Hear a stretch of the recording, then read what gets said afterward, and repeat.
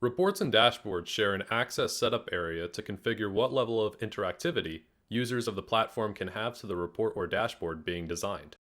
This video will round out the report design interface tutorial videos, but we'll glance over some common ground covered in our best practices sharing video. There are only a few items to interact with on this screen, but it is the last step in the report design process. Different access rights can be applied to this report on various levels with varying levels of interactive freedom. First, there is a search option for when there is a large number of access rights configured. By default, this list defaults to 10 access right rules per paginated page. To add a new rule, there is an Add Sharing button located here.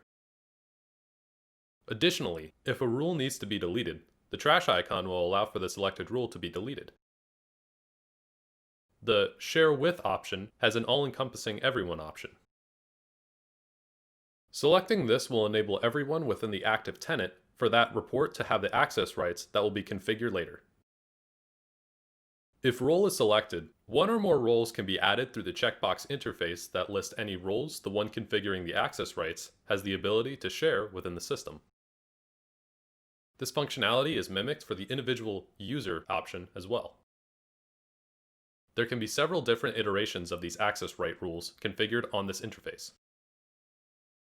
Note that if a user is given lower tiered access rights than a role that they belong to, the higher amount of access right control will be the one applied to that individual.